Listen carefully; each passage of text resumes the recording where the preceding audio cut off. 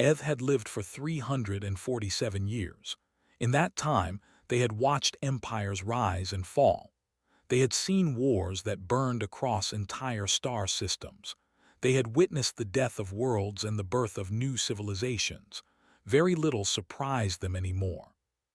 But today, standing in the observation deck of the orbital station Covenant of Silence, Eth felt something they had not felt in a very long time. They felt afraid. Below them, the planet IV turned slowly in the void. It had been a beautiful world once. Green forests, blue oceans, cities that sparkled like jewels in the night. Now it was dying.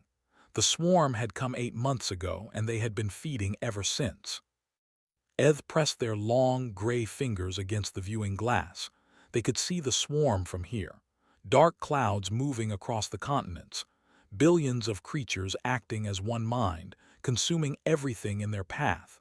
17 species had already abandoned this sector of space. The smart ones had left months ago.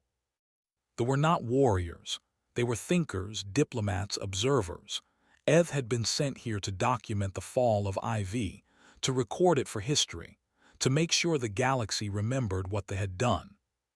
But then the message had come. "The Galactic Concord has answered our distress call," Admiral had announced. The old officer had looked tired, his scales dull with exhaustion. "They are sending help." Hope had flickered in the room, for just a moment. "They are sending humans." The hope died. Eth remembered the silence that had followed. Humans, the youngest species in the galactic community. They had only been traveling between stars for 2 centuries. They were soft, fragile creatures from a death world called Earth. They lived such short lives. 80 years, maybe 100 if they were lucky. They were emotional, impulsive, and strange. And the Concord was sending them against the... How many ships? Someone had asked. 1 expeditionary force, 12 vessels. 12, against a swarm that had already consumed 3 planets. It was not a rescue mission. It was a funeral. That had been 2 days ago. Now Eth stood watching the stars, waiting for the humans to arrive, waiting to document their destruction. The door behind them opened. Eth did not turn around. A voice said, it was a human voice, soft but clear. Eth turned slowly. The human standing in the doorway was a female of their species. She was not tall by human standards, but she held herself like she was made of iron. Her skin was dark brown, her hair cut short and close to her skull. She wore a military uniform covered in symbols and decorations that Eth did not understand. "I am General," the human said. "I understand you will be observing our operation." Eth studied her. They were good at reading other species. It was their gift. Most beings, when faced with certain death, showed signs of fear. Trembling, rapid breathing, the smell of stress hormones. This human showed none of these things. "That is correct, General," Eth replied. "I am here to record what happens." "Good." The general walked to the viewing glass and looked down at the planet. "Someone should remember."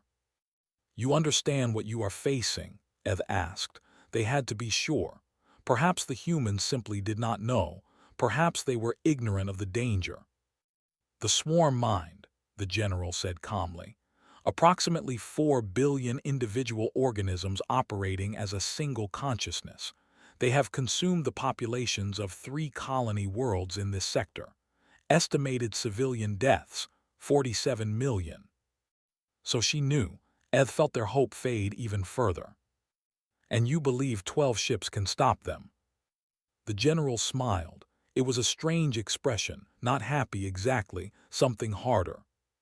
"No," she said. "I believe 12 ships can hurt them. I believe we can make them bleed. And I believe we can buy enough time to evacuate the remaining survivors on the surface. And after that we will see." Eth stared at her. This was madness. This was not strategy. This was suicide dressed in uniform. "General," they said carefully, "the logical course of action would be to retreat, preserve your forces, fight another day when you have greater numbers." The general turned to look at them. Her eyes were dark and deep, and Eth saw something in them that they did not recognize at first. "There are still 2 million people on that planet," she said. "Families, children. They are hiding in bunkers and basements, waiting for someone to come save them. Do you know what they are feeling right now?" Eth did not answer. "Fear," the general said. "They are feeling fear and hope. They are hoping that someone out there gives a damn about them, that someone will come." She turned back to the window. "They calculated the odds and decided to leave. They sent ships, but they are too far away. The hegemony will not risk their fleet for a handful of colonies." She paused. "But humans came. Because those people down there are afraid and alone, and that is something we cannot accept." Eth did not know what to say. In 300 years they had never heard anyone speak like this. The mathematics were clear. The humans would lose, many of them would die, and yet here they were. "I have arranged for you to observe from one of our command vessels," the general continued. "You will have full access to communications and tactical displays. I want you to see everything. I want you to record everything." "Why?" The general smiled again, that same hard smile. "Because the galaxy should know what happens when you hurt our people. And because the galaxy should know what humans are willing to do when innocent lives are at stake." She turned and walked toward the door, then she stopped. "We drop in 6 hours. I suggest you prepare yourself." And then she was gone. Eth stood alone in the observation deck, staring at the dying planet below. They did not understand these creatures. They did not understand why anyone would choose death when survival was possible. But something in the general's eyes had shaken them, something they could not name. Their communicator beeped. They raised it slowly and began to speak. "This is Diplomatic Eth beginning observation log 1. The human expeditionary force has arrived at IV. They are outnumbered beyond calculation. They face an enemy that has never been defeated." They paused, looking out at the stars. They cannot possibly understand what they face. This recording may serve as the final document of their species' military capability. I will observe, I will record, and I will try to understand. In the distance, pinpricks of light appeared. The human fleet dropping out of faster-than-light travel, 12 small ships against the darkness. And below them, the swarm began to stir. The carrier ship was called Thermopylae. Eth did not know what the word meant, but when they asked, the human soldier next to them laughed softly. "It was a battle," the soldier explained. "A long time ago, back on Earth, 300 warriors held a mountain pass against an army of thousands." "Did they win?" The soldier's smile faded. "They all died, but they gave their people time to prepare, time to fight back, time to survive." Eth said nothing. They were beginning to understand something about humans, and it disturbed them greatly. The carrier was full of soldiers preparing for battle. Eth walked among them, observing, recording everything. They expected chaos. They expected fear and panic. Instead, they found something else entirely. They found ritual. In one corner, a group of soldiers sat in a circle, checking each other's weapons and armor. They moved with practiced ease, hands finding clasps and seals without looking. They talked while they worked. Small things, jokes, stories. One soldier showed the others a picture on a small screen. "My daughter," he said. "She turned 6 last month." The others looked at the picture and smiled. One of them reached out and squeezed his shoulder. No words were needed. Eth watched a female soldier writing on a piece of paper. Actual paper made from trees. Such an old-fashioned thing. When she finished, she folded it carefully and placed it in a sealed envelope. "What is that?" Eth asked. The soldier looked up. She was young, perhaps 25 of their years. Her eyes were green, her hair red like fire. "A letter," she said, "for my mother, just in case." "Just in case of what?" She looked at Eth as if the question surprised her. "In case I don't come back." Eth felt cold. You expect to die. I expect to fight, the soldier said. What happens after that is not up to me, but if something happens, I want my mom to know I was thinking about her. I want her to know I loved her. She went back to writing. Eth moved on. They found Sargent sitting alone, staring at the wall. He was an older human, perhaps 40 years, with dark skin and a beard streaked with gray. His eyes were distant, seeing something that was not there. Eth sat beside him. For a long moment, neither of them spoke. You have fought the before, Eth said finally. It was not a question. They had read his file. Yes, the sergeant's voice was rough. 3 years ago, colony world called New Providence. What happened? The sergeant was quiet for a long time. When he spoke, his voice was barely above a whisper. I went down with a squad of 12. Good soldiers, good friends. The swarm hit us on the second day. We fought for 6 hours. How many survived? 1. Eth understood. You. The sergeant nodded slowly. Just me.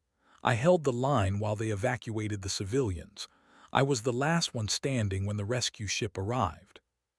And now you have come back to fight them again. Eth could not understand this. Why? You know what they are. You know what they can do. Logic says you should stay as far from them as possible. The sergeant turned to look at them. His eyes were old, so much older than his face. Because someone has to stand between them and everyone else, he said.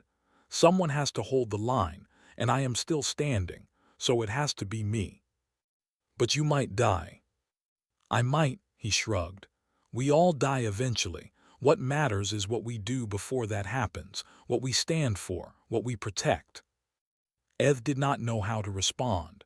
They did not think this way. They calculated odds. They preserved themselves. This was something different, something they had no word for.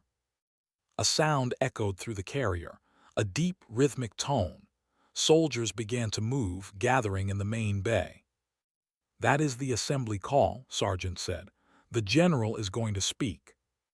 They walked together to the bay.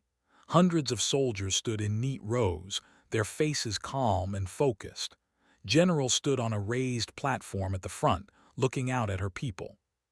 She did not speak for a long moment. She simply looked at them and they looked back at her. You know what is down there, she said finally. Her voice was not loud, but it carried to every corner of the bay. You have seen the reports. You have heard the stories. They have destroyed worlds. They have consumed millions.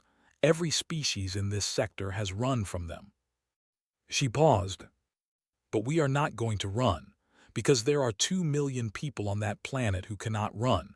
They are waiting for us. They are counting on us. Eth watched the soldiers' faces. They did not flinch. They did not look away. I am not going to lie to you, the general continued. This is going to be hard. Some of us are not coming back. That is the truth, and you deserve to hear it. She stepped forward, closer to her soldiers. But I know who you are. I know what you are capable of. And I know that when we hit that ground, we are going to show them something they have never seen before. We are going to show them what happens when you threaten the people we love. Her voice rose. So let us go down there and remind the galaxy why they should never, ever make humanity angry. The roar that followed shook the walls. Soldiers raised their fists, their voices joining in a single thunderous cry. The sound vibrated in Eth's chest, in their bones. This was not desperation. This was not fear dressed as courage. This was something else, something powerful, something that made Eth's ancient heart beat faster. The soldiers began to move toward the drop pods. Eth stood frozen, unsure what to do. Sergeant appeared beside them. He held something out, a weapon, a human sidearm. What is this? Eth asked. The observation deck is closed. The sergeant's eyes were steady. If you want to see what humans really are, you are going to have to come down there with us. Eth looked at the weapon, looked at the soldiers filing into their pods, looked at Sergeant's weathered face. They took the weapon. I do not know how to use this. The sergeant smiled. Point the end with the hole at the thing you want to die. Pull the trigger. It is not complicated. Eth followed him toward the drop pods. Around them, soldiers were strapping in, checking systems, saying final words to each other. The pod door closed behind them with a heavy clang. In the darkness, someone began to sing. A low, slow song in a language Eth did not know. Other voices joined in, one by one, until the whole pod was filled with the sound. Eth did not understand the words, but they understood the feeling. It was the sound of beings who knew they might die and had decided to face that death together. The countdown began. 10, 9, 8. Eth gripped their weapon and waited for the fall. The drop pod hit the atmosphere like a falling star. Eth's body slammed against the restraints as fire roared outside the tiny windows. The heat was incredible. The noise was deafening. And through it all, the humans sat perfectly still, their eyes closed, their breathing steady. They had done this before. The pod shook violently as something exploded nearby. Warning lights flashed red. A voice crackled through the speakers. Pod 7 is down, Pod 7 is down, anti-air contact. No one panicked, no one screamed. Sergeant simply opened his eyes and said, "Adjust landing zone, grid reference 479, we go in hot." The pilot responded instantly. The pod lurched sideways, changing course. Below them, Eth could see the surface rushing up to meet them. Brown earth, burning buildings, and moving across everything like a living shadow, the swarm. There were so many of them. Billions of creatures moving together, climbing over each other, flowing like water across the broken landscape. Each one was the size of a human, with too many limbs and mouths filled with razor teeth. Alone, they were mindless beasts. Together, they were one of the most dangerous forces in the galaxy. And the humans were falling straight toward them. The pod hit the ground hard. The door blew open and soldiers poured out, weapons already firing. Eth stumbled after them, their legs weak, their heart pounding. The world outside was chaos. The swarm was everywhere. They came pouring out of ruined buildings, out of holes in the ground, out of the sky itself. The sound they made was horrible, a wet, clicking noise that came from millions of mouths at once. And the humans met them head-on. Eth had seen battles before. They had watched professional armies fight with precision and discipline, but they had never seen anything like this. A soldier to their left went down, a creature tearing at his armor. Before Eth could move, another human was there, pulling the creature off, shooting it in the head, dragging the wounded soldier to cover. All in less than 3 seconds. "Move," Sergeant grabbed Eth's arm and pulled them forward. "Stay behind me, stay low, do not stop moving." They ran through the ruins of what had once been a city. Buildings collapsed around them.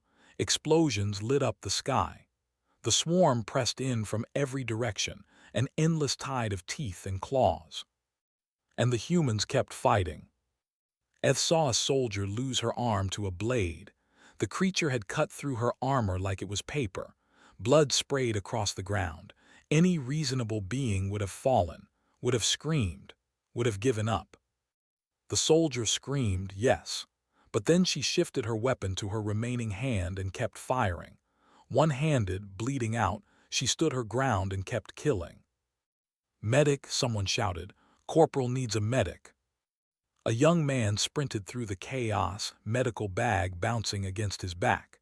He reached the wounded soldier and began working even as creatures swarmed around them. Other soldiers formed a circle, protecting them, holding the line. Eth could not understand it. The mathematics were clear. They were losing. For every they killed, 10 more appeared. The swarm was endless. The humans were not. But they refused to stop. The fighting pushed toward a large building, a shelter, Eth realized. They could see faces in the windows, civilians, families, children pressed against the glass, watching the battle with wide, terrified eyes. "That is the evacuation point," Sergeant said. "We hold here until the transports arrive." "How long?" 30 minutes. 30 minutes against this, it was impossible. But the humans formed a line. Shoulder to shoulder, they stood between the swarm and the shelter, and they held. Eth found themselves fighting too. They did not remember deciding to. Their hands moved on their own, pointing the weapon, pulling the trigger, watching creatures fall. It was not skill, it was survival. A young woman fought next to them, corporal according to the name on her armor. She was small, even by human standards, with dark hair and determined eyes. She moved like a dancer, quick and precise, never wasting a single shot. "You are doing good," she shouted over the noise. "Just keep shooting." A massive creature burst from the ground behind them. It was different from the others, bigger, smarter, a breacher form designed to break through defensive lines. It was heading straight for the shelter. Straight for the children. Corporal saw it too. She looked at the creature, looked at the shelter, made a decision. "Cover me." Before anyone could stop her, she ran toward the breacher form. Not away, toward. Eth watched in horror as she leaped onto the creature's back. It thrashed, trying to throw her off, but she held on. Her hands moved to her belt, pulling free two small cylinders. Grenades. She looked back just for a moment. Her eyes met Eth's across the battlefield, and she smiled. Then she pulled the pins. The explosion threw Eth backward. When they looked up, there was only smoke and fire where the corporal had been. She was 23 years old. She had been afraid. Eth had seen it in her eyes. And she had done it anyway. Something broke inside Eth. Something old and cold that had protected them for 300 years. They felt tears on their face, did not cry. They were beyond such things. But Eth wept. Around them the battle continued. But something was changing. The swarm was pulling back. Not retreating exactly, but hesitating, moving more slowly, as if something was wrong. "They are confused," Sergeant said, wonder in his voice. "The hive mind is confused." Eth understood suddenly. They had never faced anything like this. Every species they had encountered had fought to survive, had calculated odds, had retreated when the numbers turned against them. But humans did not retreat. Humans did not calculate. Humans threw themselves onto grenades to protect children they had never met. The swarm mind could not understand it. In its billions of years of existence, it had never encountered creatures who chose death over survival, who fought harder the more hopeless things became. The humans had done something impossible. They had made the swarm afraid. Eth stared at the retreating creatures, at the burning sky, at the soldiers still standing despite everything. And finally, they began to understand why the galaxy whispered about humans in the dark. The silence was the worst part.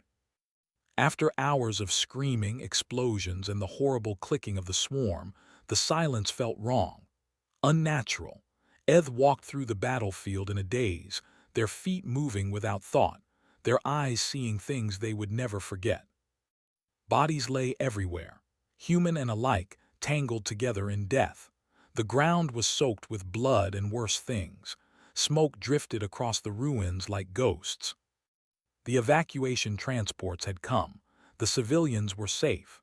2 million people had been pulled from the planet's surface while the soldiers held the line. The mission was a success. But the cost, oh the cost. Eth found a soldier sitting against a broken wall, staring at nothing. Half his squad was dead. The names of the fallen were written on his arm in black ink, a human tradition they did not understand. "Why do you write their names?" Eth asked. The soldier looked up. His eyes were empty. "So I do not forget, so someone remembers they were here." Eth nodded and moved on. They passed a medical station where doctors worked on the wounded. There were so many wounded. Soldiers missing limbs, missing eyes, burned and broken but still alive. Still fighting, even if the fight was just to breathe. A young man lay on a stretcher, his chest wrapped in bloody bandages. He could not have been more than 19. A woman held his hand. His mother perhaps, or an older sister, She was crying. "You are going to be okay," she whispered. "You are going to be okay." The young man smiled weakly. "Did we win?" "Yes, we won." "Good." His eyes closed. "That is good." Eth turned away. They could not watch anymore.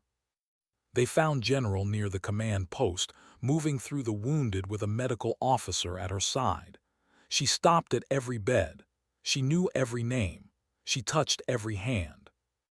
"Private," she said to a soldier with burns covering half his face, "your family has been. They are waiting for you at the medical station on Luna." "Thank you, General." "Thank you, Private. You held your position for 3 hours against impossible odds. I am putting you in for a commendation." The soldier tried to salute. He could not lift his arm. The general saluted for him. Eth watched her move through the rows of wounded, offering words, offering touch, offering something they could not name.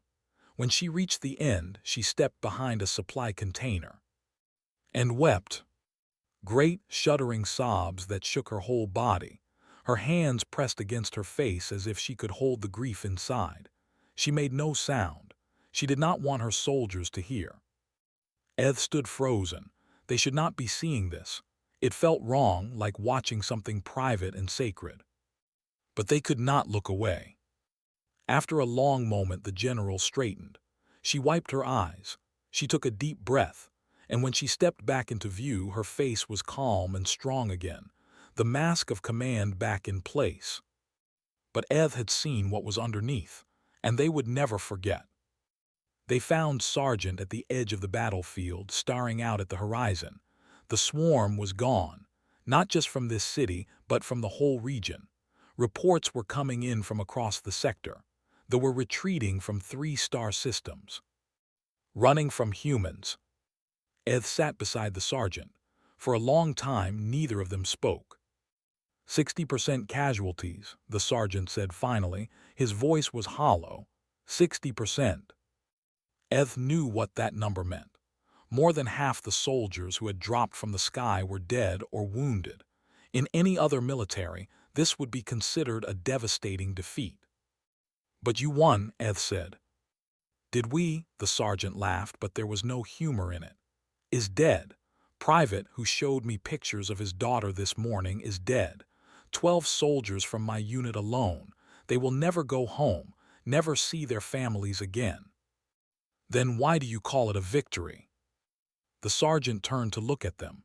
His eyes were wet, but his voice was steady. "Because 2 million people are alive tonight who would have been dead by morning. Because the swarm is running instead of feeding. Because we stood up and said, 'No more,' and made it mean something." He looked back at the horizon. "That is what victory looks like. It looks like pain and loss and sacrifice. It looks like the people you love never coming home.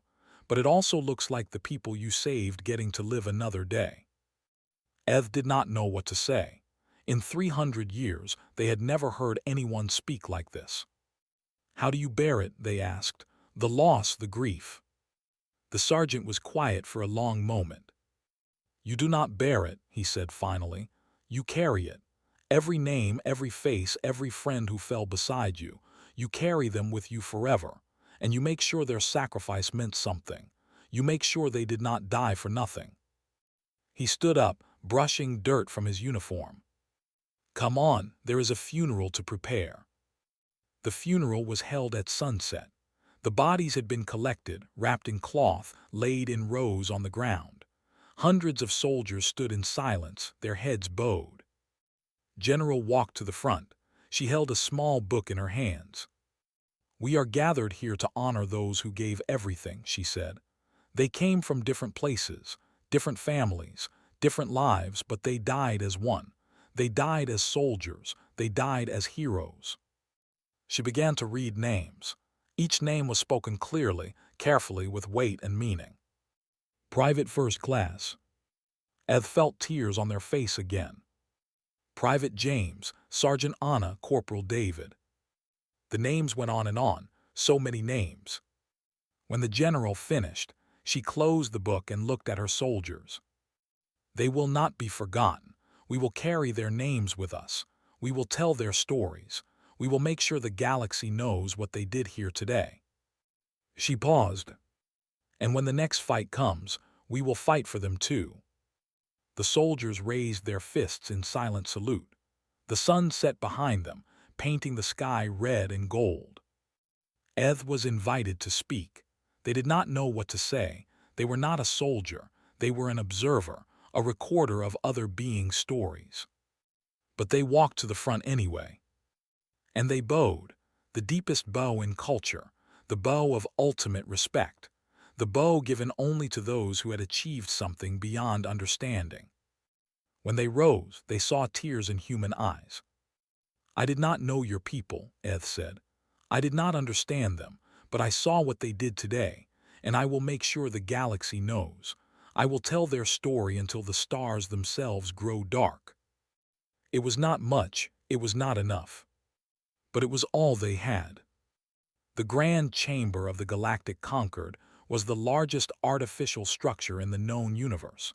It floated in the void between stars, a monument to cooperation and diplomacy. Representatives from 200 species gathered here to discuss the fate of civilizations. And today, they had gathered to hear about humans. Eth stood at the center of the chamber, surrounded by thousands of watching eyes. Some of those eyes belonged to ancient races that had sailed the stars before Earth's sun was born. Some belonged to species so different from that they could barely communicate. But they all watched, they all listened. The ambassador spoke first. His scales were bright with skepticism. "We have read your report. You claim that a single human expeditionary force turned back the swarm.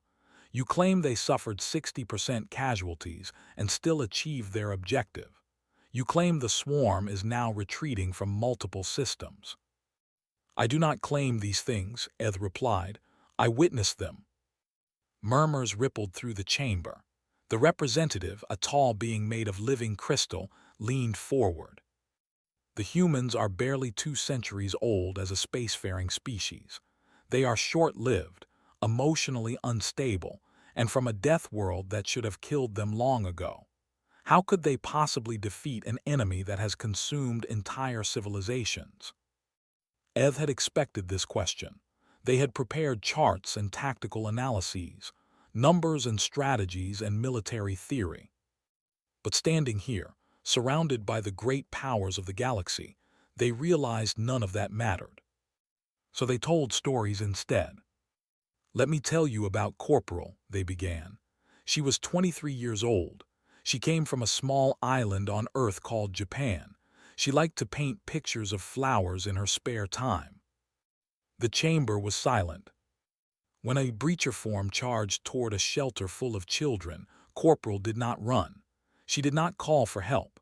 She jumped onto the creature's back and detonated her own grenades, killing it and herself. Eth's voice trembled. "She was afraid. I saw it in her eyes, but she did it anyway, because those children mattered more to her than her own life." They told more stories. Private and his daughter, Sergeant and the squad he had lost, General weeping alone behind a supply container because she loved her soldiers too much to let them see her grief. When they finished, the chamber was silent for a long time. Finally, the ambassador spoke. "These are touching stories, but they do not explain how the humans won. They have faced brave warriors before. Courage alone has never stopped them." Eth nodded slowly. They had thought about this for weeks. They had turned it over in their mind during sleepless nights, trying to find the words. "You are right," they said. "Courage alone is not enough. Many species have courage.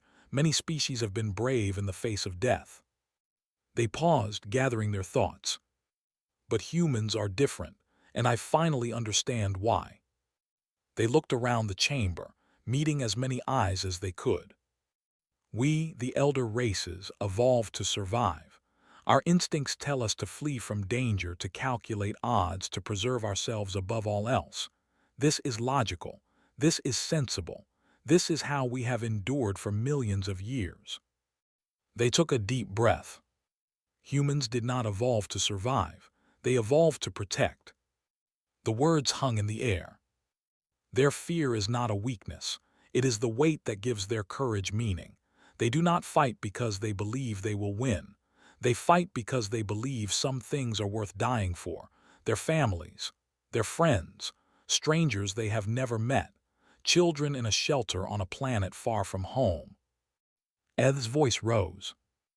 They take their mortality, their fragility, their brief and burning lives, and they forge them into a weapon. They do not fight despite their weakness. They fight because of it, because every human soldier knows they can die, and they come anyway. The chamber was utterly still. This is what the cannot understand. This is what made them retreat. For the first time in their existence, they faced an enemy that did not follow the rules of survival, an enemy that would rather die than let innocent people suffer, an enemy that looked at impossible odds and said, "We fight anyway." They let the silence stretch. The swarm has consumed 100 civilizations. They have never faced anything like humanity, and now they are afraid. The representative spoke, their crystalline voice trembling. Should we be afraid of them too, the humans? Eth considered the question. They thought of General's calm certainty. They thought of Sergeant's steady hands. They thought of Corporal's smile before she pulled the pins. Only if you threaten what they love, they said finally. Only if you hurt the people they care about. Only if you stand between them and those they have sworn to protect. They smiled, an expression they had learned from humans. But if you stand beside them, if you earn their friendship, their loyalty, their love, then you will have allies who will march into fire, into death, into the darkest corners of the universe, and they will not stop, not ever, not while one of them still draws breath. The vote was held 3 hours later. By unanimous decision, the Galactic Concord extended full membership to the human species. Trade agreements were signed. Defense pacts were established. Humanity was welcomed into the family of stars. But Eth did not stay for the celebrations. They traveled to Earth instead, the human, the death world that had forged such remarkable creatures. It was beautiful, blue oceans, green forests, cities that sparkled in the night, and everywhere humans living their brief, brilliant lives. Eth stood in a park in a city called Tokyo. Cherry blossoms fell around them like pink snow. Corporal had come from a place near here. Perhaps she had walked these same paths when she was young. Children ran past, laughing, playing some game that Eth did not understand.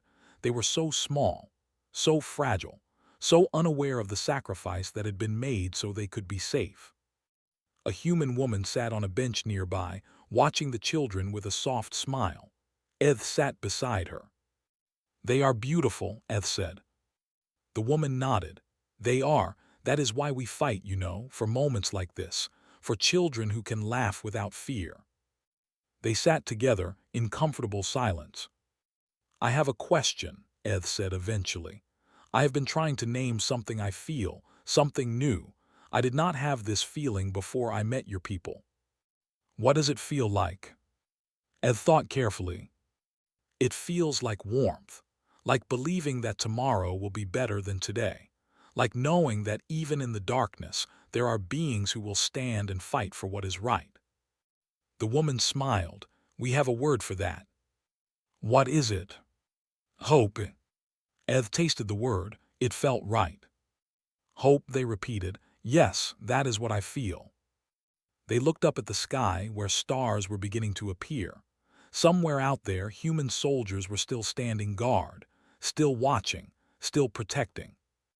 And for the first time in 347 years, Eth believed that the galaxy might just be worth saving after all.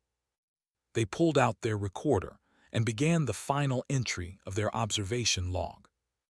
"This is diplomatic Eth. I came to observe humanity's defeat. Instead, I witnessed something I never expected.